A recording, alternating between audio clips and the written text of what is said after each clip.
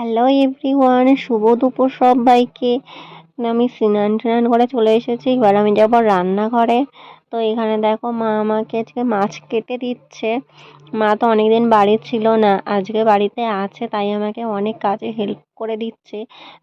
বাসন মাজা, মাছ কেটে দেওয়া, চা করা, আরো টুকিটাকি সবকিছু। তারপরে দেখো এইখানে দুজনের স্নান করতে গিয়ে দুর্ধর্ষ ঝগড়া লেগে গেছে। তারপরে দেখো আমি কুমড়োর তরকারিটা চাপিয়ে দিয়েছি।